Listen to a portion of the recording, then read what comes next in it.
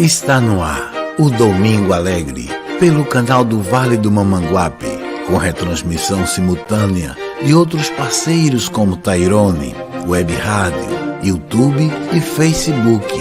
Um bom tempo de conteúdo espírita.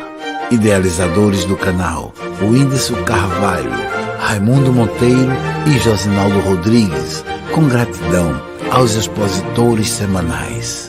Coordenadoria Espírita do Vale do Mamanguape, SEVAM, é um órgão federativo regional instituído pelo Conselho Federativo Estadual da Federação Espírita Paraibana, visando auxiliar o trabalho de administração federativo e unificador. As atividades da SEVAM funcionam como elemento de representação, ligação, entrosamento e intercomunicação entre a administração da Federação Espírita Paraibana e as casas espíritas da região do Vale, cabendo-lhe inclusive, quando for o caso, apresentar novas casas espíritas para adesão à Federação Espírita Paraibana. Como forma de descentralização administrativa e visando conferir maior eficácia na atuação junto às casas espíritas de sua jurisdição, como sendo Mamanguape, Rio Tinto, Itapororoca, Jacaraú, Mataraca e Serra da Raiz, Paraíba. O Espiritismo é um conjunto de leis morais e Jesus é o modelo e guia.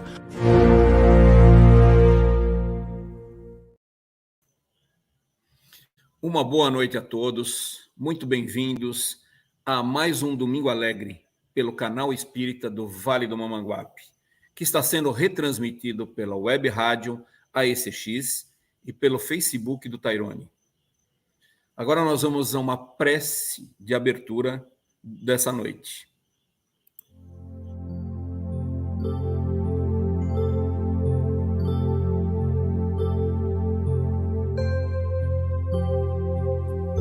Se na minha vida eu não ajo como filho de Deus, fechando meu coração ao amor, será inútil dizer, Pai Nosso. Se meus valores são representados pelos bens da terra, será inútil dizer que estás no céu. Se penso apenas em ser cristão por medo, superstição, comodismo, será inútil dizer, santificado seja o vosso nome. Se acho tão sedutora a vida aqui, cheia de supérfluos e futilidades, será inútil dizer, venha a nós o vosso reino. Se no fundo o que quero mesmo é que meus desejos se realizem, será inútil dizer, seja feita a vossa vontade. Se prefiro acumular riquezas, desprezando os meus irmãos que passam fome, será inútil dizer, o pão nosso de cada dia nos dai hoje. Se não me importo em ferir, injustiçar, oprimir, magoar os que atravessam o meu caminho, será inútil dizer, perdoai as nossas dívidas, assim como nós perdoamos os nossos devedores. Se escolho sempre o caminho mais fácil, que nem sempre é o caminho do Cristo, será inútil dizer, e não deixeis cair em tentação. Se por minha vontade procuro os prazeres materiais, será inútil dizer, livrai-nos do mal. Se sabendo que sou assim, e nada faço para me modificar, será inútil dizer, amém.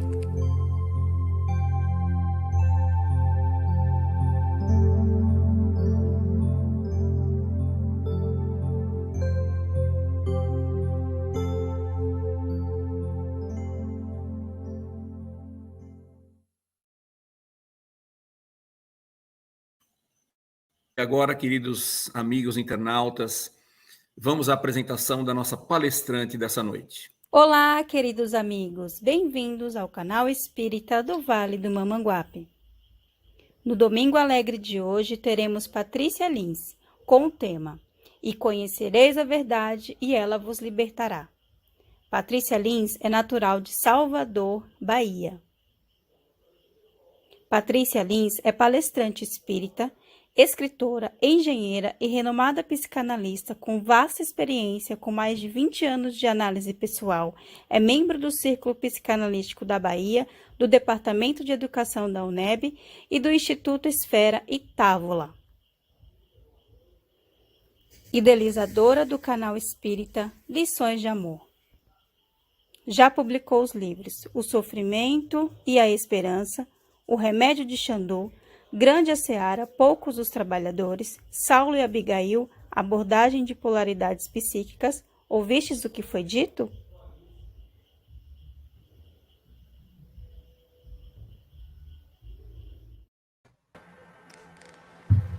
Exatamente isso. Muito bem-vinda, Patrícia. Muito obrigado, Whindersson, Raimundo, Anderson. Whindersson. Ok, amigos e amigas, boa noite, Raimundo, Patrícia, Anderson, que representa lá a Serra da Raiz. Seja bem-vindo, meu caro Anderson. E quero dar boa noite a todos os internautas, né? E agradecer pela preferência e pedir para que todos possam realmente compartilhar, se inscrever nesse canal. Nós precisamos atingir 1.000 inscritos, né, gente? Porque a gente termina chegando num patamar ideal para uma divulgação maior.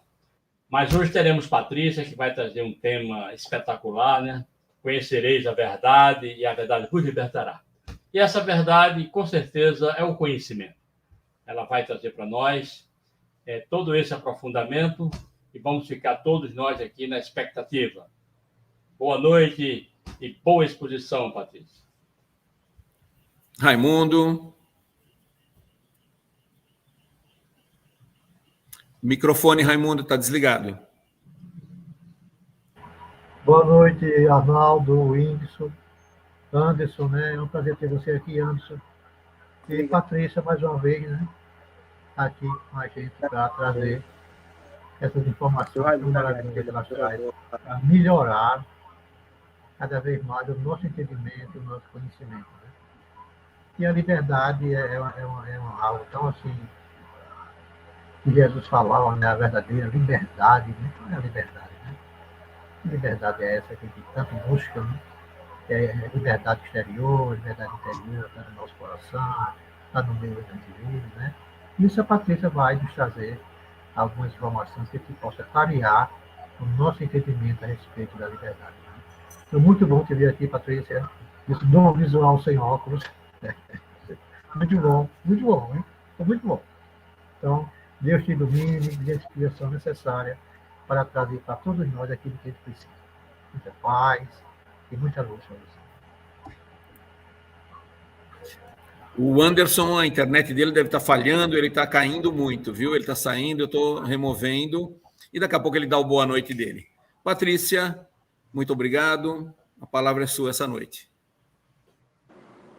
Obrigada, gente. Muito boa noite a todos. Para mim é uma grande alegria estar com vocês no canal do Vale do Mamanguape mais uma vez. Muito boa noite.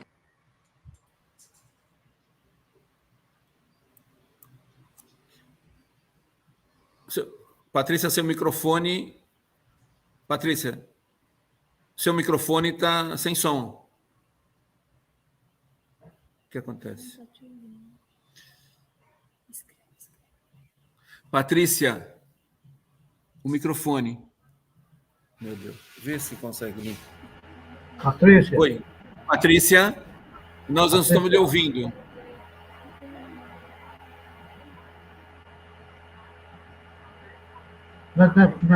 Será que é o problema dela? Eu acho que é problema... Ó, Patrícia...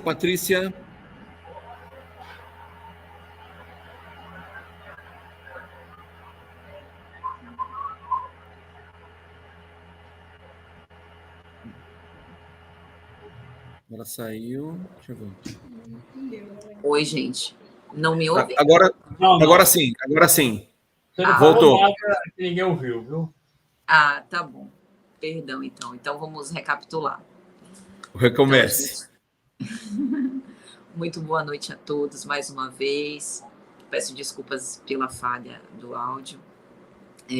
Para mim é uma grata satisfação estar com vocês aqui nessa noite, né? Para mim, de muita alegria receber esse convite todos os meses do canal do Vale do Mamanguape para a gente reflexionar sobre alguma passagem do Evangelho ou algum ensinamento espírita. E hoje, em especial, a gente vai falar sobre um versículo que está no capítulo 8 de João, versículo 32, e conhecereis a verdade vos libertará, que é bastante difundido.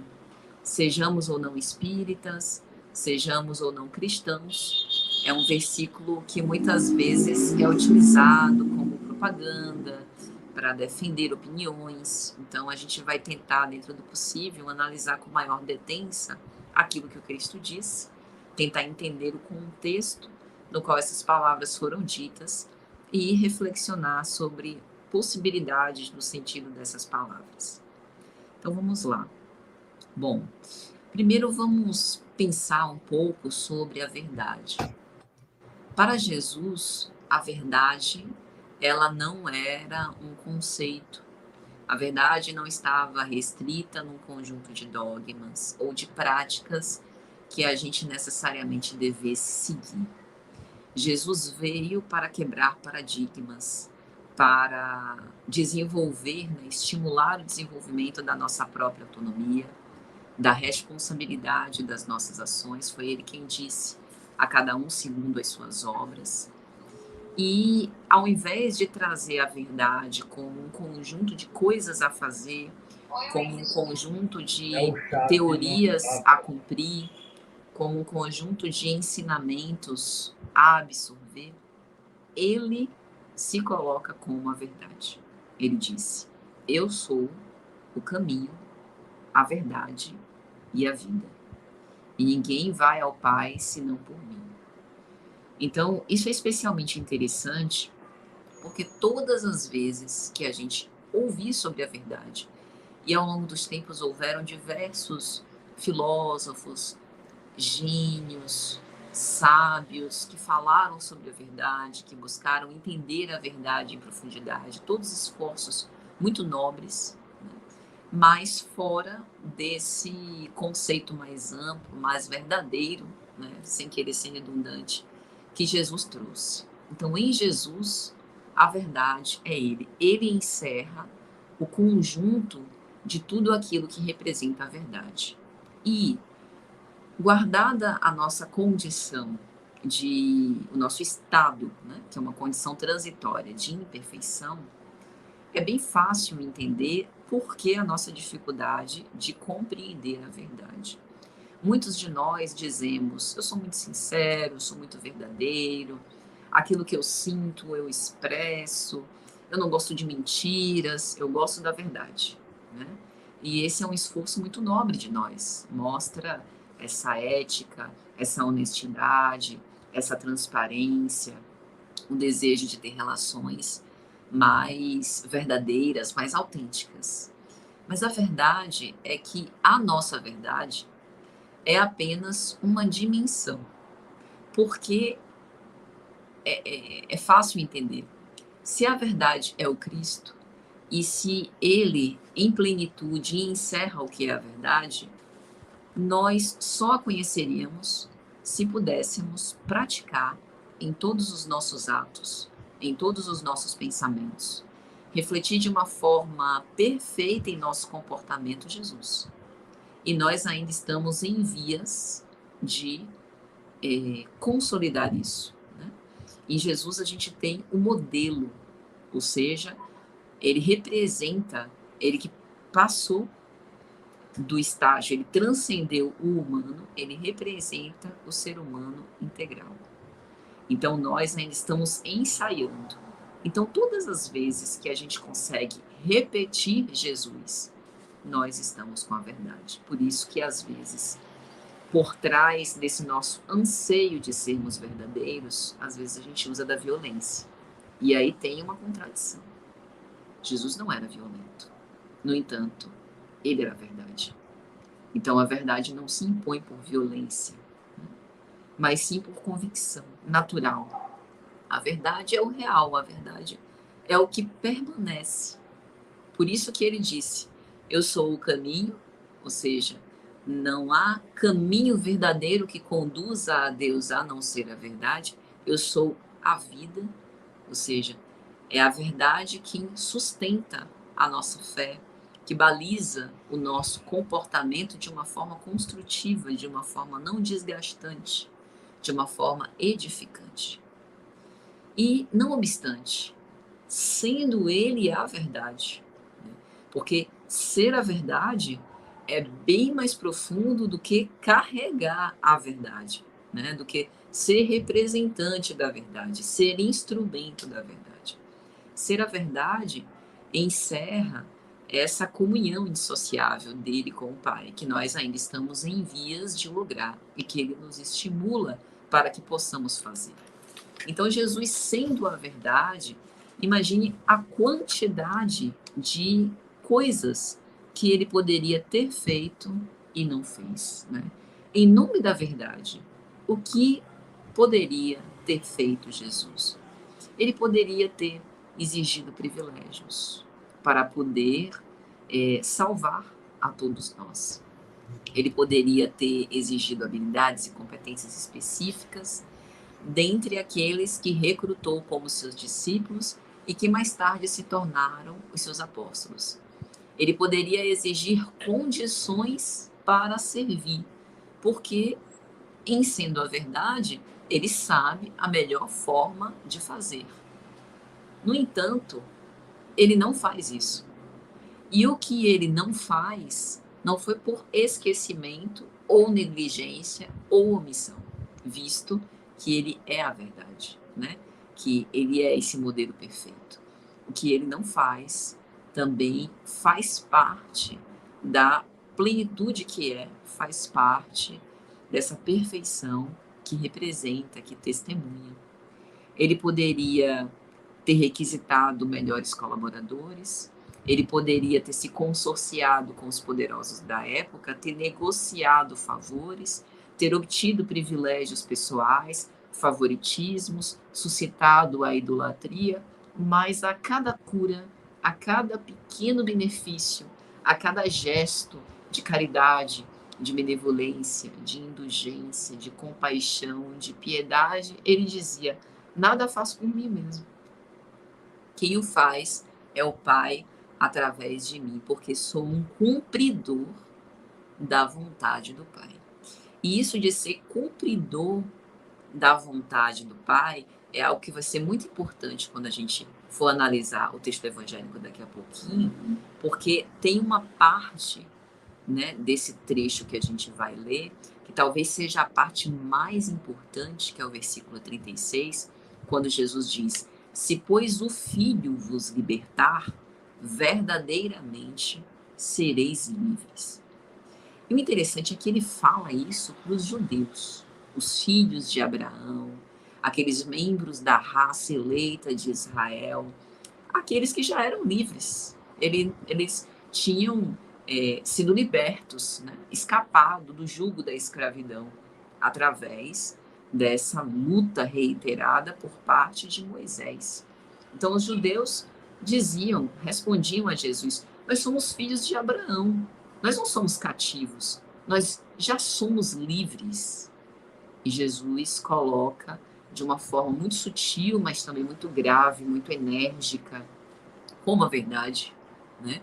Que não era uma forma violenta, mas vinha de uma assertividade, de uma veemência muito grande daquele que sabe o que está dizendo. E ele vai dizer, olha, se fosseis filhos de Abraão, faríeis a vontade de Abraão. No entanto, me perseguem e querem me crucificar, eu que sou o filho de Deus, eu que sou o enviado. Abraão não faria isso. Então, nesse momento, ele fala sobre os judeus serem cativos do pecado, se corromperem, terem a aparência da virtude, mas vão ter um comprometimento no coração com a vontade divina. Por isso eles não eram filhos. Então, em Jesus, a gente tem essa coisa meio enigmática. Mas eu achava que já era filha de Deus. Como assim eu não sou filha? Jesus nos elucida que nós nos tornamos filhos de Deus. Ou seja, não é que nós estamos relegados, que nós fomos excluídos da paternidade divina.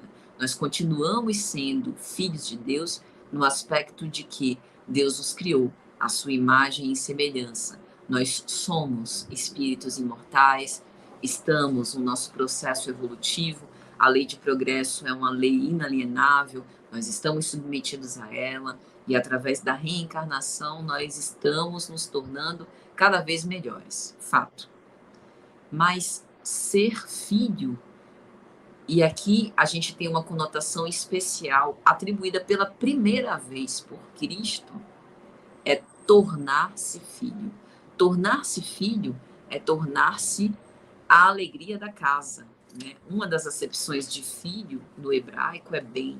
Bem significa a alegria da casa, a alegria do pai, a realização do pai.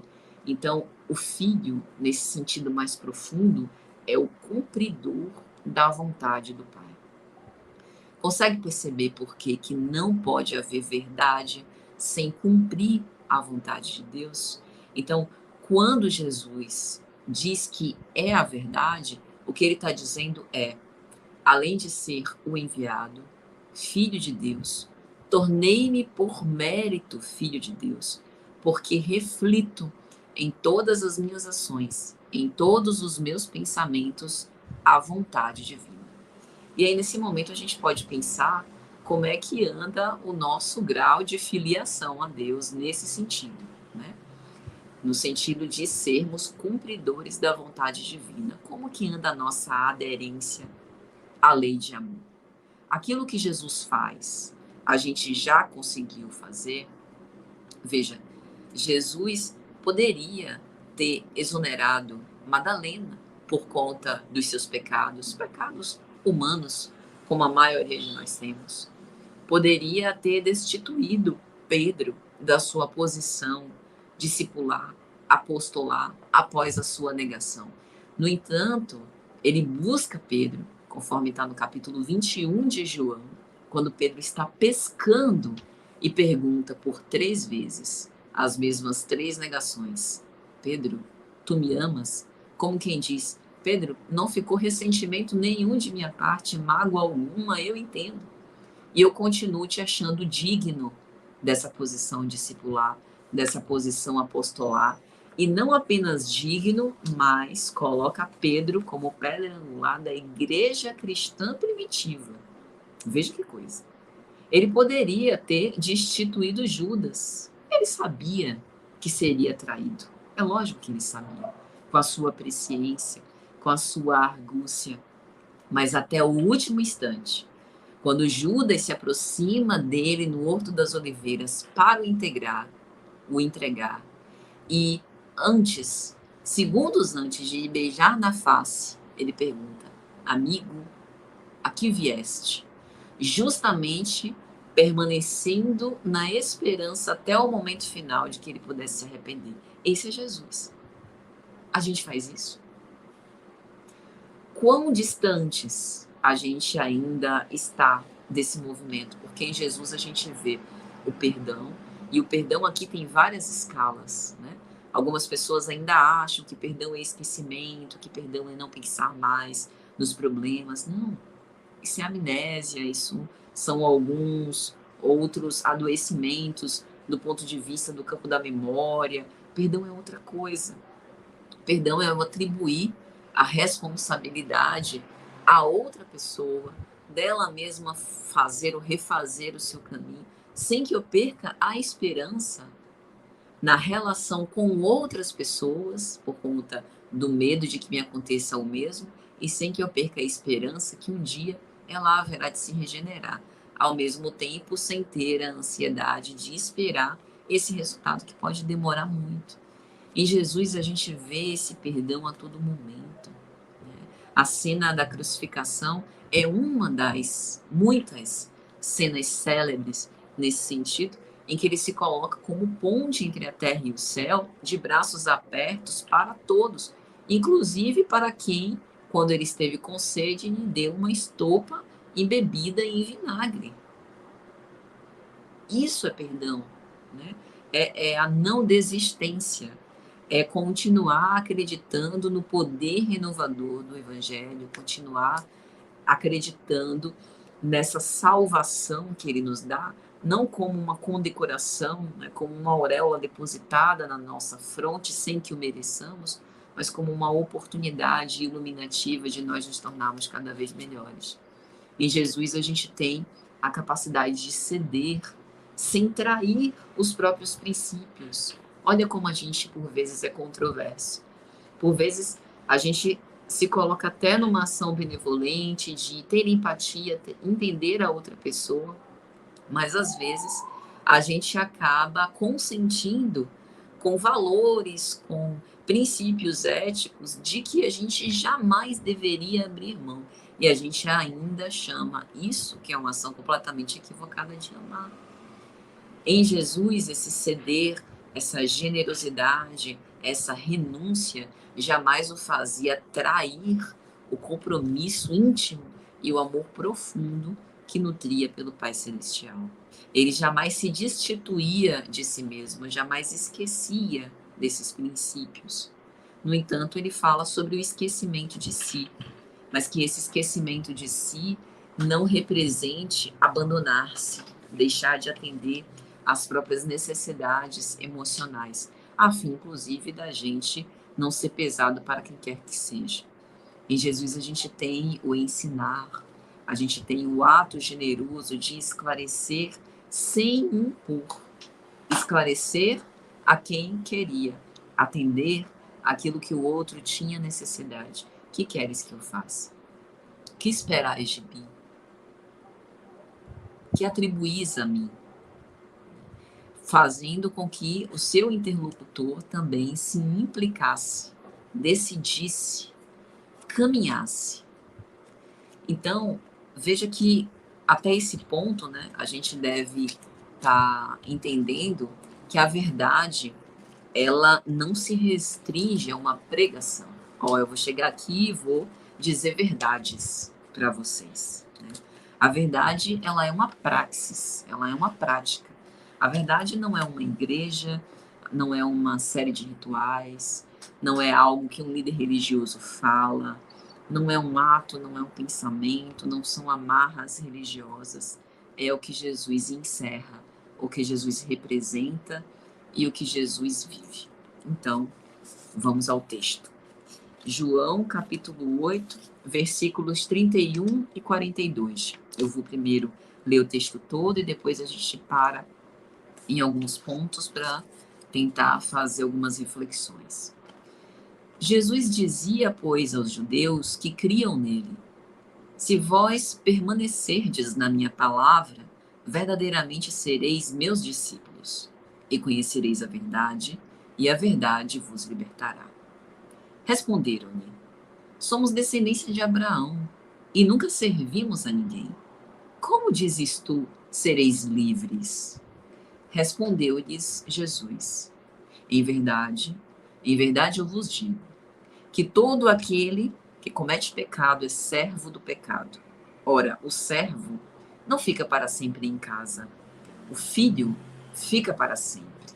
Se, pois, o filho vos libertar, verdadeiramente sereis livres.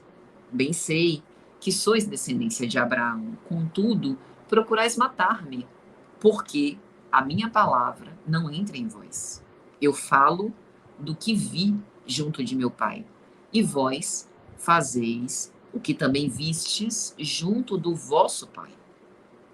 Responderam e disseram-lhe os judeus: nosso pai é Abraão. Jesus então lhes disse: se fosseis filhos de Abraão, faríeis as obras de Abraão. Mas agora procurais matar-me, a mim, homem que vos tenho dito a verdade que de Deus tenho ouvido. Abraão não fez isso. Vós não fazeis as obras de Abraão. Vós fazeis as obras de vosso pai. Então lhes disseram: nós não somos nascidos de fornicação. Nós temos um pai que é Deus. Jesus então lhe disse: se Deus fosse o vosso pai, certamente me amaríeis, pois que eu saí e vim de Deus, não vim de mim mesmo, mas foi ele quem me enviou. Olha que interessante, né? Essa discussão é boa, né? Com os judeus. Porque os judeus não estão mentindo, não estão faltando com a verdade. Eles estão falando de uma tradição do povo de Israel, eles estão falando da descendência de Abraão, estão falando das promessas divinas, estão sendo fiéis ao judaísmo, estão sendo fiéis ao Antigo Testamento, e Jesus, principalmente, apresenta a verdade, uma verdade que talvez não era reconhecida, não era vista, não era alcançada pelos judeus. Então, eu sugiro que a gente, a partir de agora, se coloque um pouco na condição dos judeus, embora sob situações diferentes, circunstâncias diferentes, mas por vezes essa dificuldade que a gente tem de compreender algumas coisas. Então, vamos tentar esmiuçar. Bom, no início do diálogo, Jesus se dirige para os judeus e fala sobre, e faz uma promessa. Ele promete que se os judeus permanecessem na palavra dele, verdadeiramente seriam considerados os seus discípulos. E então conheceriam a verdade, e a verdade os libertaria.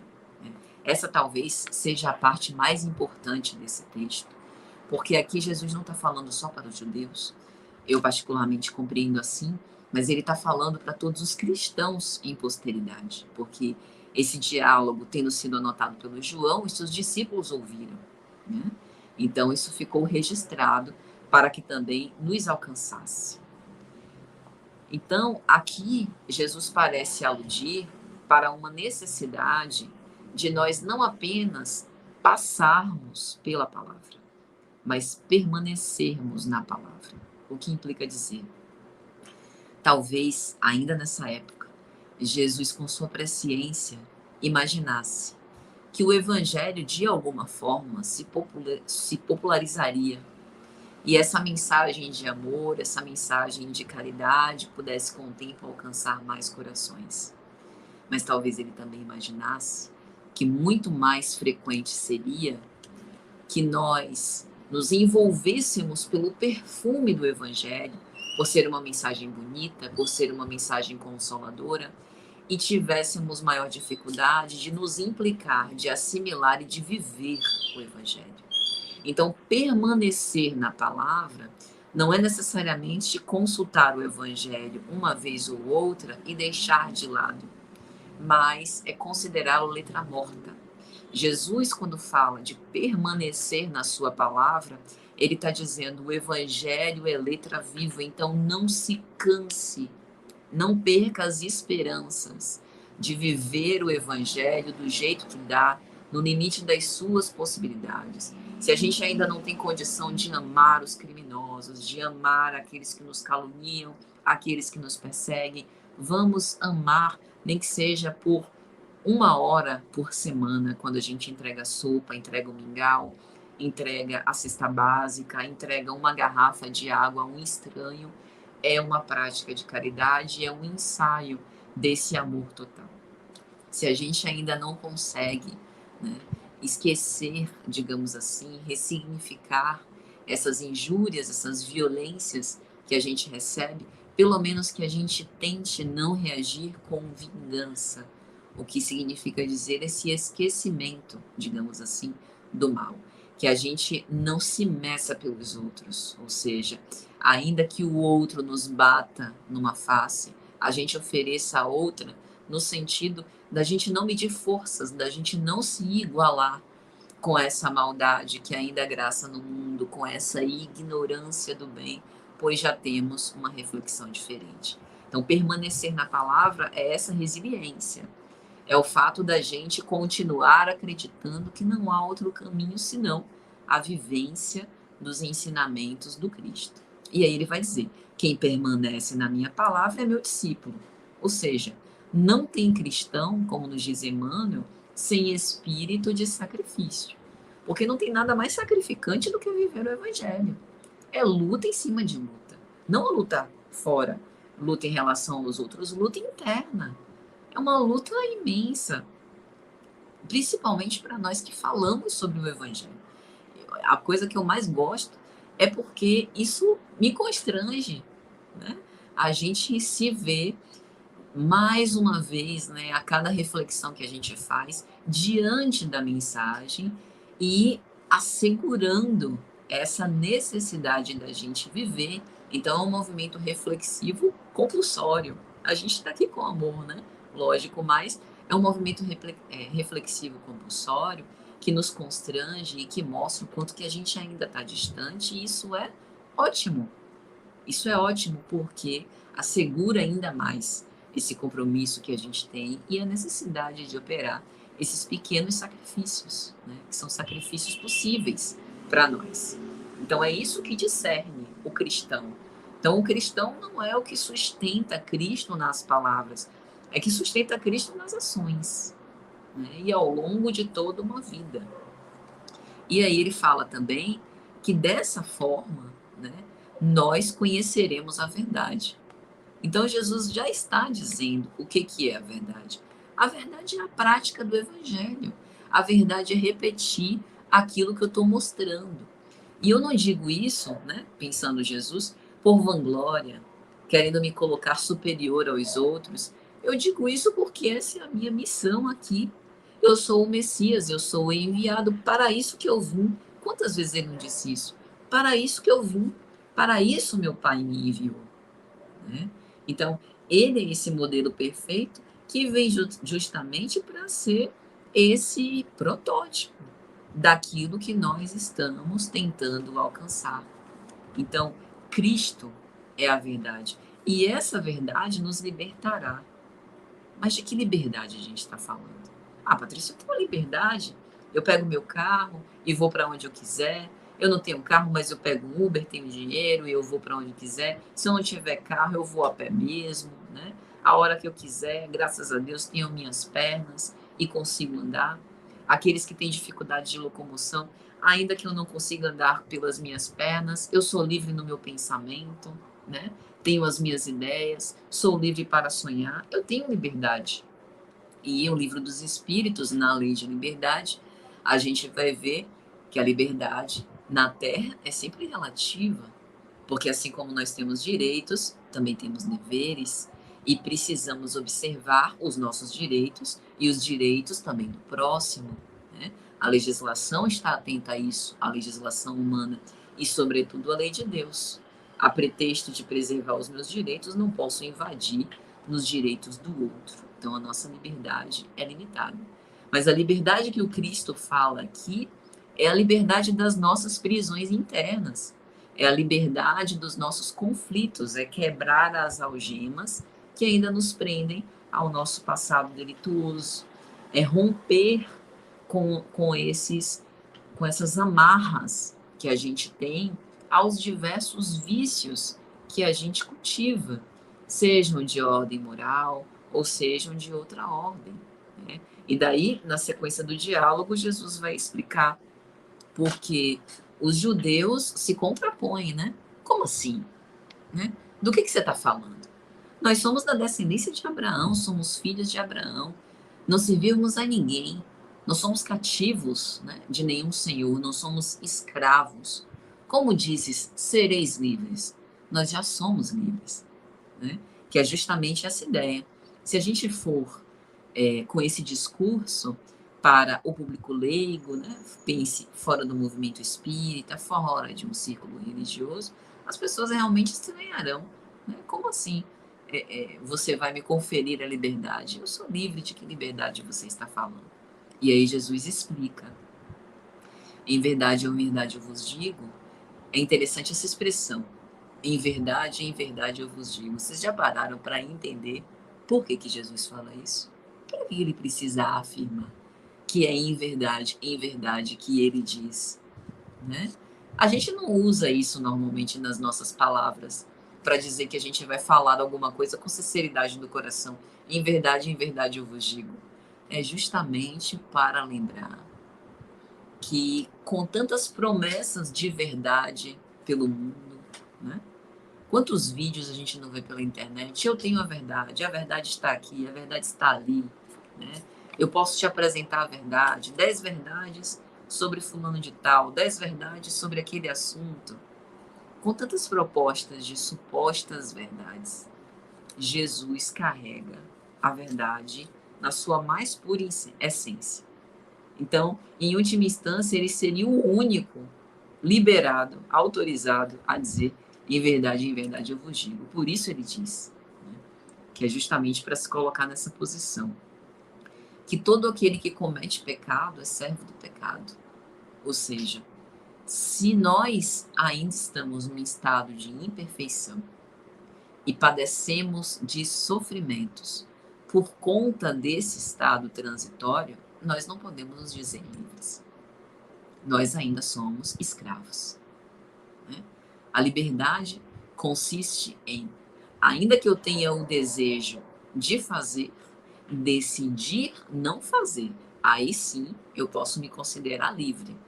Mas enquanto, como dizem os imortais em O Livro dos Espíritos, essas más paixões, né, como um cavalo desgovernado que devastam minha vida inteira, eu não posso fazer a primeira aposta. Se eu fizer a primeira aposta, eu coloco o dinheiro do aluguel, coloco o dinheiro da luz, coloco o meu salário inteiro, coloco o cartão de crédito e fico no vermelho porque eu não consigo, né, parar. Eu tenho uma compulsão por jogo. A mesma coisa em relação a falar da vida de outras pessoas, a mesma coisa em algumas relações que a gente estabelece com comida, que a gente estabelece com o sexo, que a gente estabelece com o sono, que a gente estabelece com diversas relações, né? Às vezes com a dependência por outra pessoa, por uma posição, né, um cargo, uma posição profissional, enfim. Então, se nós, como diz Jesus, cometemos pecado, no sentido de ainda termos esses deslizes, ainda vacilarmos, ainda termos essas fragilidades, nós somos servos do pecado. Servimos ao pecado. O pecado manda e nós obedecemos, porque ainda não conseguimos, ou sempre conseguimos, desenvolver essa capacidade de dizer não. Desejo mais, não vou fazer. O que é extremamente difícil, mas que pode ser ensaiado.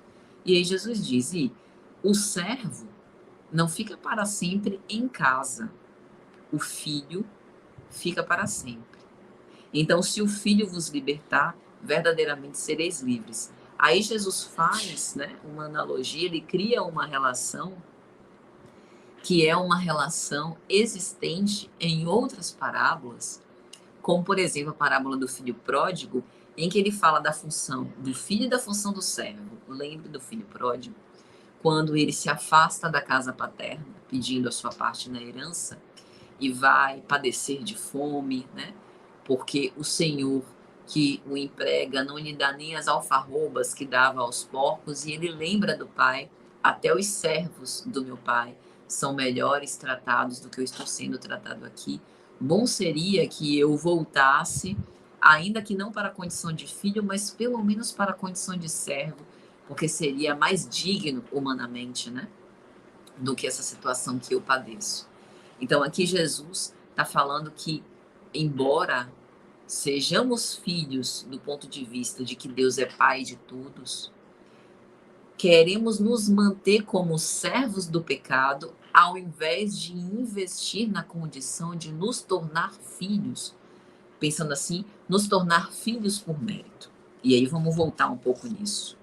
Nessa concepção, o filho seria aquele que realiza a vontade do Pai, aquele que faz a obra do Pai, aquele que segue, portanto, a lei divina, aquele que cuida do legado, aquele que não fere, não ameaça a criação, aquele que ajuda a construir, a preservar, a prosperar, a fazer progredir E isso tem, assim, uma conotação gigante, desde quando a gente tem o capítulo 3 do Evangelho segundo o Espiritismo, há muitas moradas na casa do Pai, que a gente tem aquelas mensagens ligadas à progressão dos mundos, dizendo que o progresso da Terra também é responsabilidade e consequência do progresso moral de quem habita o planeta, porque progredindo moralmente também colaboraremos para o progresso material do globo, né?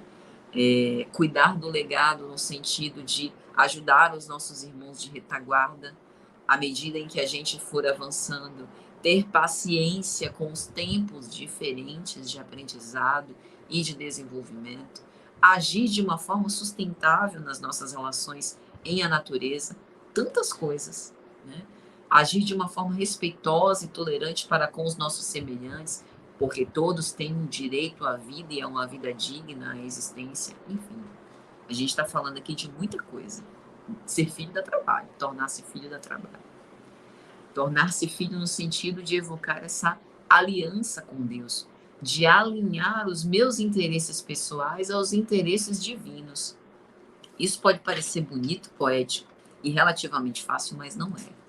Quantas vezes, quando nós recebemos as pequenas correções de Deus, o que são as correções? Deus manifesta o seu desejo supremo, esse desejo contraria as nossas expectativas de filhos ainda muito incipientes na vida e a gente fica chateado. Acha que Deus está brincando conosco, que Deus não gosta da gente, né? Que Deus não está cuidando da gente apropriadamente. Imagina. E Ele só está fazendo o seu papel de pai, nos orientando, né? Mostrando o que é o melhor para nós, justamente evocando essa aliança e esse entendimento. Sem essa submissão à vontade do Pai, que nada mais é do que a gente reza todos os dias no Pai Nosso, seja feita a vossa vontade, assim na terra como no céu. A consolidação disso é, ainda que a vossa vontade não esteja condizente com aquilo que eu espero, eu aceito. É lógico que a gente vai aceitar porque Deus é todo poder, mas eu aceito de bom grado, eu aceito feliz, eu aceito alegre e radiante, sem perder o brilho. Tornar-se filho é extremamente desafiador, né? E, sob esse ponto de vista, como Jesus vai dizer, o filho, né, ficando para sempre na casa paterna, o que quer dizer isso? Jesus fala de um reino divino, um reino que é uma construção conjunta de todos nós, um reino de fraternidade, um reino de solidariedade, um reino de amor. Quem se torna filho vive o amor, vive a felicidade, vive a paz, não sofre. E por isso tem condição de libertar, ou seja, aclarar as consciências, orientar, mostrar a verdade àqueles que ainda não vivem o amor. Quando Jesus, no monte, profere o sermão das bem-aventuranças, ele está falando isso. Eu vou contar para vocês as primícias do que é o reino de Deus. Eu vou mostrar as bem-aventuranças, que é a experiência de felicidade, né? Quando a gente se torna filho, quando a gente se afiniza com os propósitos divinos, quando a gente evolui tanto ao ponto de nos purificar. E aí sim, a gente pode entender, né, o que é a verdade e se tornar verdadeiramente livres. E aí Jesus aproveita para chamar a atenção dos judeus. Eu só acho que vocês não estão fazendo o dever de casa direitinho, porque, tudo bem, vocês são descendentes de Abraão, mas vocês estão procurando me matar. Vocês estão procurando em cada gesto, em cada ato que eu faço, uma contradição com a lei judaica, com o objetivo de me levar preso e mais tarde pedir pela minha crucificação, né? Então, tá estranho. E eu só acho que vocês fazem isso porque não conseguem ainda assimilar a minha verdade. Ou seja, procurais matar-me porque a minha palavra não entra em vós. Tem uma mensagem de Emmanuel que ele vai dizer isso. Qual a dificuldade de entender a palavra de Jesus? É a dificuldade de aceitar. Porque muitas vezes a gente passa, né, por alguma situação na nossa vida que nos deixa tão indignado, nos deixa tão chateado, tão revoltado, que a gente fica naquela vibração de reclamar e esquece que a aceitação é o caminho mais fácil para que a nossa consciência se expanda e para que a gente possa viver de uma forma mais harmônica e feliz, que é o contrário do recalcitrar contra os aguilhões, insistir numa postura que não dá certo. Então, quando Jesus confronta os judeus e diz: se fosseis filhos de Abraão, faríeis as obras de Abraão, ele está colocando uma distinção. Tem os filhos da verdade e tem os filhos da mentira. Se a gente não detém ainda a verdade, a gente não pode se considerar filho da verdade. Se a gente ainda se compraz com aquilo que está contrário à lei de amor, nós não somos filhos da verdade, nós somos filhos da mentira. Ainda que a gente se diga, né, pela nossa fé, no caso deles, pela descendência, né, do povo de Israel, como filhos de Abraão. Então Jesus está falando, ser filho, tornar-se filho, não é simplesmente uma herança, né? Não está previsto na nossa árvore genealógica, mas se reflete sobretudo pelas nossas ações. A forma como a gente se conduz diz de quem a gente é filho. Então ele é bastante categórico. Se a mim, que sou um homem que digo a verdade e que a represento porque vim de Deus, né, tentais me matar, provavelmente vocês não fazem as obras de Deus, mas fazem as obras de vosso Pai, as obras da mentira, as obras da enganação. Porque se fosses filhos de Deus, certamente me amaríeis, porque eu saí e vim de Deus. Então haveria uma afinidade de propósitos. Porque ser filho de Deus significa agir conforme a sua vontade. E se Jesus representa a consolidação da vontade divina, não haveria qualquer discrepância nesse sentido. Não haveria qualquer dificuldade de compreensão, muito menos perseguição. Porque foi Deus quem o enviou. Então, meus amigos, já para finalizar nosso comentário, veja que rico isso, né? Que rico isso. Às vezes a gente lê e acha que a verdade é um conjunto de conceitos que, se a gente assimilar racionalmente pela nossa consciência, está tudo certo e a gente consegue resolver todos os problemas. Não. A verdade é uma experiência crístico vivida. Tem uma expressão de Joana que eu acho bem legal, ela diz: a gente precisa descrucificar Jesus, tirar ele do crucifixo preso na parede e trazer ele para próximo do nosso coração, justamente para que fique mais fácil da gente copiar, né, os ensinamentos.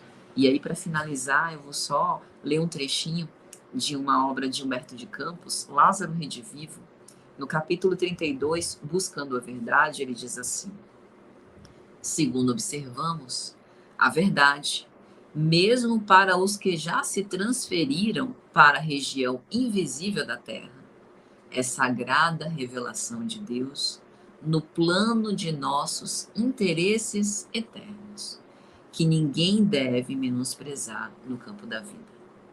Quantos casos de espíritos que retornaram ao mundo espiritual, que atravessaram as portas do túmulo, estiveram, portanto, diante da verdade. A vida continua. A vida não se encerra no túmulo e passam anos, dezenas, centenas de anos, sem conseguir ver o que lhes falta. Se a situação real se impõe diante dos seus olhos, a sagrada revelação de Deus no plano dos nossos interesses eternos. Uma condição interna. Para ver a verdade, a gente precisa descobri-la ou estar aberto a ela de dentro para fora. Porque Deus está em tudo. A verdade, ela é respirável, assimilável por todos nós. Basta que a gente decida, assim, por apreendê-la, assimilá-la e, sobretudo, vivê-la. Então, agradeço pela atenção de todos e nossos votos de muita paz. Patrícia, sempre muito bom ouvir você, numa clareza de um conhecimento imenso. Isso nos traz assim uma alegria enorme no nosso Domingo Alegre, porque esse teu conhecimento ele vem naturalmente. É muito gostoso te ouvir, né? Você não tem um lado de ficar buscando coisas, não, flui naturalmente. E isso deixa a gente muito, muito feliz, entendendo tudo exatamente como você quer dizer, tudo que você quer dizer. Muito obrigado, muito bom. Whindersson, microfone.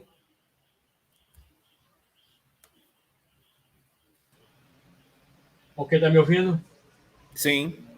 Estou dizendo assim, que você falou tudo a respeito da Patrícia, né? Eu fico muito feliz e só tenho uma palavra para dizer para ela, é gratidão, né? Que nós possamos tê-la sempre uma vez por mês para nos encher assim desse conhecimento libertador. Não é isso, Raimundo? Rapaz, realmente, quando eu li aquela passagem de Jesus diante de Pilatos, né? Que Pilatos pergunta, o que é a verdade? E Jesus se cala. E aquilo ficou assim, o que é a verdade? Né?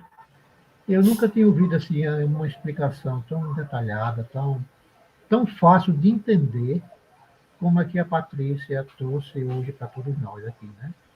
Muito bom, gostei demais, né? E a outra coisa é a questão de criaturas e de filhos de Deus, né? Todos nós somos criaturas de Deus, criadas por Deus, né? Mas o tornar-se filho, isso aí tem uma conotação bastante profunda, né? Aí você vai para aquele episódio de Jesus, quando ele estava na casa de Simão, né? Que chega a mãe dele com os irmãos, com as irmãs, né?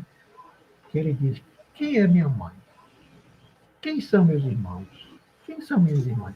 Senão todo aquele que faz a vontade do meu Pai, que está nos céus. Aí eu me perguntava, e quem não faz a vontade? Quem não faz a vontade é o quê? Não é irmão? Então, as explicações de Patrícia veio esclarecer para mim, pessoalmente, essa questão, né? Ficou bastante entendido. Porque eu tinha ouvido essa questão de filhos e de criaturas de um pastor, quando eu morei já em Patos, né?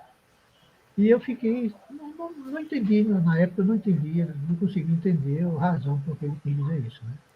Mas hoje eu estou entendendo. Obrigado, Patrícia, você realmente tocou o meu coração. Viu? Obrigado. Raimundo, essa clareza nessa explicação, não é isso, Raimundo? A clareza dessa explicação, né? Que às vezes a gente já ouviu isso numa igreja evangélica, porém a explicação que a Patrícia deu foi muito clara.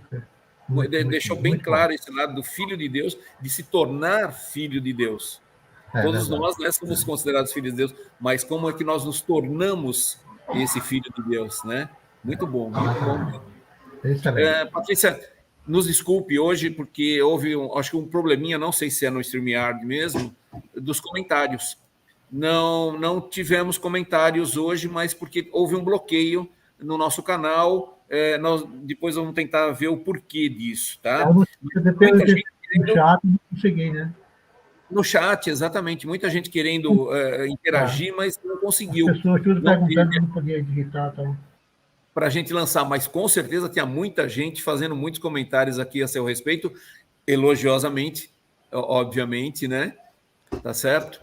E hoje nós vamos ter uma música que foi feita por Sobrinho e Deizinha de Monteiro, tá? E houve uma criação de arte da Liliana Aires, nossa companheira aqui de estúdio. Foi feita a criação dentro dessa música, que é uma mensagem de um trecho de um livro. tá bom?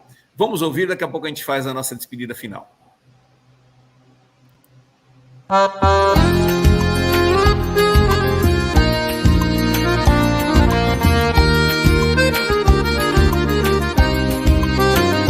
Benfeitor é o que ajuda e passa, amigo é o que ampara em silêncio, esclarecido é o que se conhece, corajoso é o que nada teme de si mesmo, renovador é o que se renova para o bem, e o vencedor é o que vence a si mesmo. O santo não condena o pecador, ampara-o sem presunção. O sábio não satiriza o ignorante, esclarece-o fraternalmente. Iluminado não insulta o que anda em trevas, aclara-lhes a senda.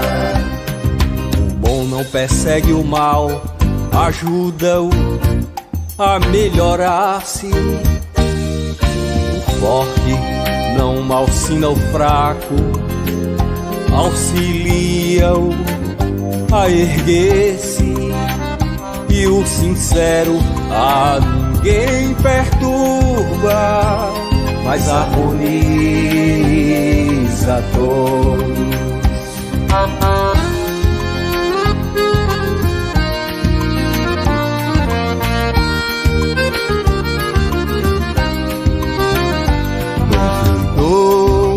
É o que ajuda e passa, amigo é o que ampara em silêncio, esclarecido é o que se conhece, corajoso é o que nada teme de si mesmo, renovador é o que se renova para o bem, e o vencedor é o que vence a si mesmo.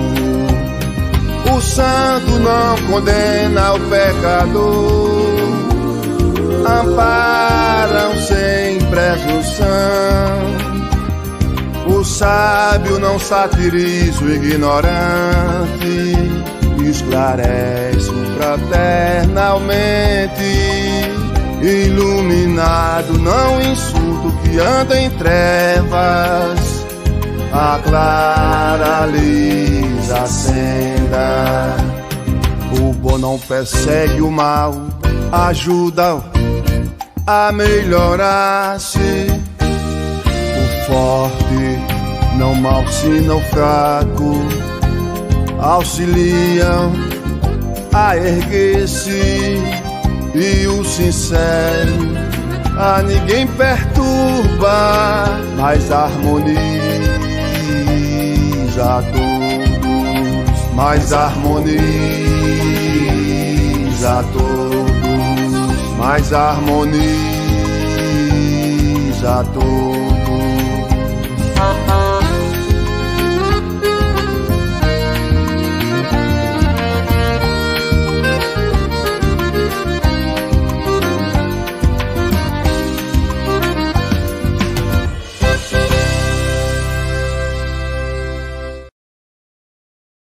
O baião baiano, né? Gostou, Muito Patrícia, bem. do baião? Muito lindo, né? Muito bom. Mais uma vez, vamos agradecer a presença de Patrícia. Patrícia, muito obrigado pela sua explanação aqui para nós e sempre à sua disposição para estar com a gente no nosso Domingo Alegre. Muito obrigado, viu? Uma boa noite. Vamos ao nosso coração. Não, né, Raimundo? todo mês ela está aqui, no final do mês. Todo mês ela está aqui. Raimundo, nosso coração. Patrícia, muito Como é que tá o obrigado. coração? Gratidão. Olha lá. Vamos tentar esses corações aí. Gratidão, viu, Patrícia? Muito obrigado. Abraço. Fique com Deus.